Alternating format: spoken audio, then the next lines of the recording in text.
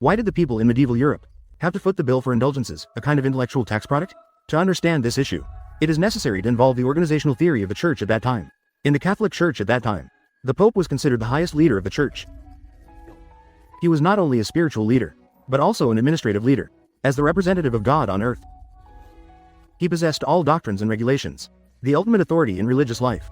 Therefore, the proliferation of indulgences did not originate from faith itself, but from the organizational structure of the Church at that time, stemming from a high degree of power monopoly.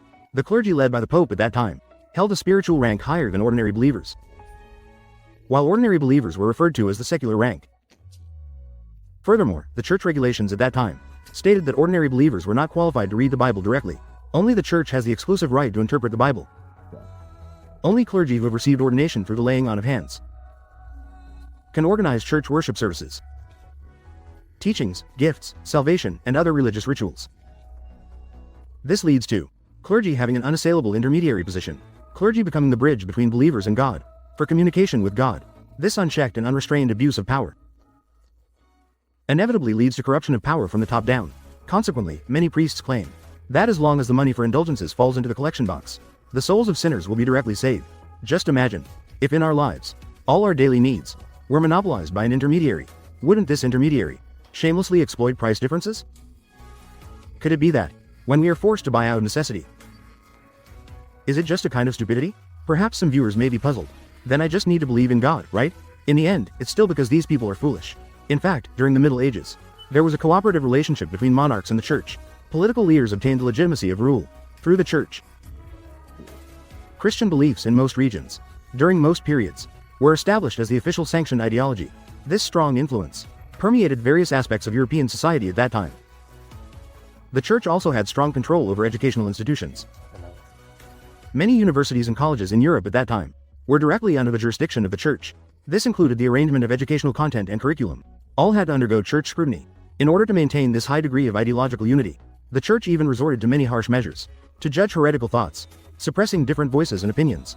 In such a cultural authoritarian environment, people can't help but not believe, because once you become a dissenting voice, soon you will be forced to become a heretic, forced to become a traitor among the people, forced to stand against the majority. This is a huge blow to a person's social reputation. The blow is extremely significant, and the main purpose of the church is not to eliminate all voices of reason, but to eliminate all voices unfavorable to itself. Because on the other hand, scholastic philosophy is also trying hard to use reason and logical reasoning to uphold the orthodoxy of Christian theology. As time goes by, various intricate and complex arguments continue.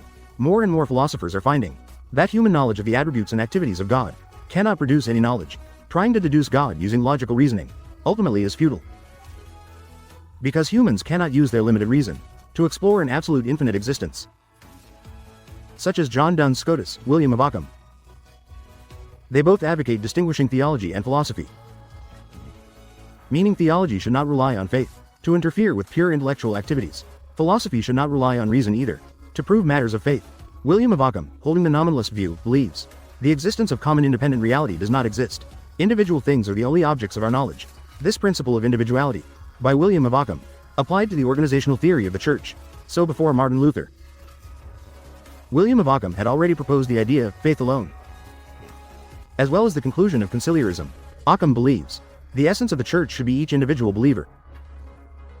The church should be managed by a general council, instead of being controlled by a pope who claims to represent the abstract sacred essence.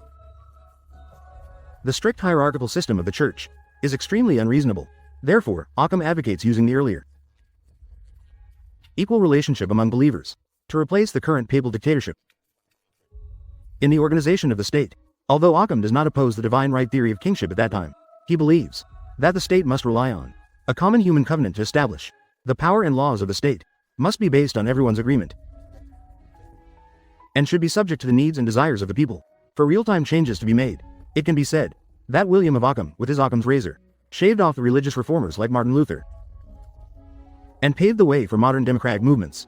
It is precisely because of the fame of Ockhamism the nominalist thought gradually flourished, only led to the decline of Christian philosophy.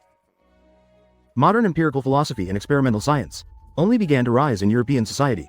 For the history of human thought, Occam's razor has extremely important historical significance and special contributions. What we should grasp more is this intellectual origin. Instead of associating Occam's razor with various vulgarized, deified, and trivialized interpretations linked together, This is crucial for humanity in the Renaissance. To regain human dignity, played an extremely important role in depriving the Church of power in religious reform. Played an extremely important role in historical advancement. Pay attention as I take you to see philosophy in a popular way. Friends, see you next time.